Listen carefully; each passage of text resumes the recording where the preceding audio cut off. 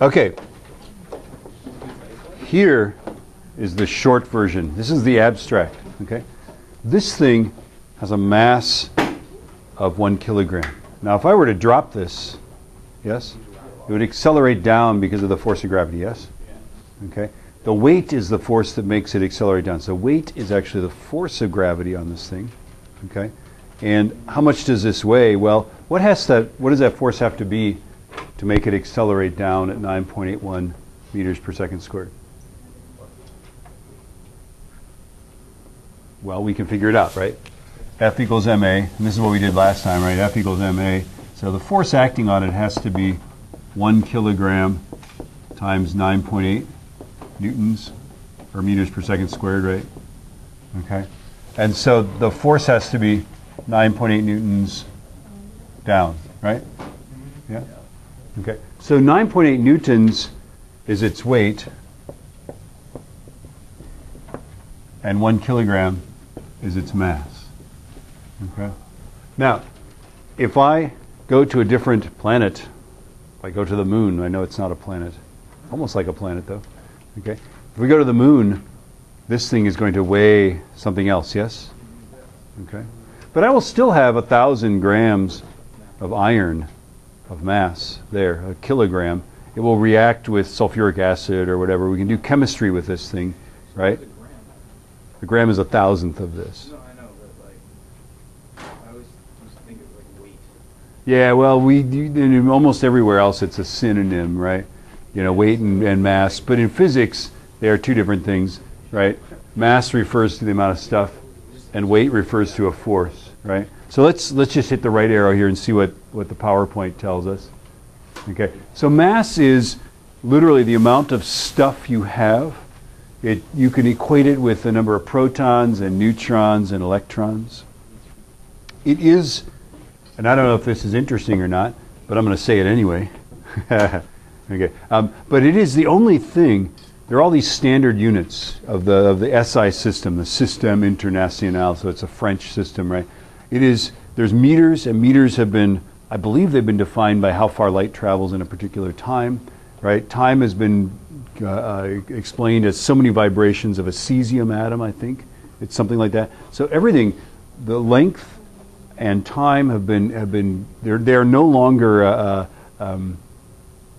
thing, right? They are now a theoretical concept, okay? Mass, though, a kilogram is still defined as being equal to the mass of a piece of platinum somewhere in Paris. I don't know where it's kept. It's called Le Grand K. It's the big kilo, right? So somewhere in Paris there's a piece of platinum. Why platinum? Platinum does not react with things, yes? It's even better than gold, I think. It's very expensive. And and the reason you don't want to rust is that when it rusts it gets more massive, yes? So they keep the Le Grand K in some enclosed thing. They want to replace it with a concept, but we don't have it yet. So for now, this, by the way, is not Le Grand K. Okay? This is one of the deputy, right? There's several, by the way, sub-deputy Grand Ks made of platinum that go to like different countries. Every year they are brought together with Le Grand K and their mass is compared to make sure that they're the same. And then they're sent off. I'm not pooping you, okay? Yeah? They're sent off to their various countries or wherever, and then they are used to compare other things to it, and then those things, I don't know how many different, where down the line this $5.95 kilogram is, but it's not anywhere near Le Grand K. Okay, so there we have it. It's related to chemistries, right? It's related to moles. You learned moles in chemistry, didn't you? Yeah, there we go. Yeah, it's moles and stuff like that. It is measured in kilograms. It's measured in grams. It's also, and by the way, the English unit of mass is not a pound. That's actually weight. That's actually a force. We talk about force in pounds. Okay? So the English unit is actually called a slug. And everybody in the Pacific Northwest has this immediate, vivid mental image that nobody anywhere else has, yes? Yes, we all know what a slug is. It's like you touch the antenna and it pulls back in. You know. I don't know. I think they're talking about slug like, I think they're thinking like coming out of a gun or something. I don't know. Okay. Now, just to give you an idea what a slug is, okay, if a kilogram is the amount of mass you have if you exert 1 Newton on it, it accelerates at what rate? If you exert 1 Newton on it, what's its rate of acceleration? 1 meter per second squared, correct? Yes, isn't that right? Okay, so if you exert a Newton on a mass in space and it accelerates at 1 meter per second squared, you know it's a kilogram, right? Because m is F over a. So 1 Newton over 1 meter per second squared is 1 kilogram, right? Okay. Now, a slug is something where you exert a pound of force. 1 pound. Okay, which by the way is 4.45 newtons. Right? If you're the rest of the world, if you're, by the way, Jet Propulsion Laboratory, that's the same thing, you know, as a newton, right? Okay, you exert 1 pound of force, and it accelerates at 1 foot per second squared. Well, a pound is bigger than a newton, yeah, 4.4 times 5 times bigger than a newton. How about a foot? Is a foot per second squared bigger than a meter per second squared, or smaller? It's smaller. It's like less than a third. Yes, a meter per second squared. So is a slug bigger than a kilogram or smaller than a kilogram? You exert more force on it and it accelerates even slower than a kilogram would, right? So what is it? Is it bigger or smaller? Think about that. It's bigger by kind of a lot, isn't it? Yeah, you're exerting 4.45 newtons of force on it and it's accelerating at what, I think it's like 1 over 3.218 or something like that, right? Foot per, or meters per second squared, right? So it's going to be big. It's going to be like on the order of bigger than 12 kilograms, yeah? In fact, how would we find out what a slug is? Do you suppose Google knows what a slug is? Sure, yes.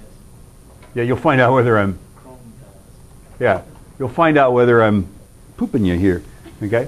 1 slug in kilograms. There we go. So a slug is 14.5939029 kilograms, yeah? It's going to sound good in the wireless mic, won't it? Okay.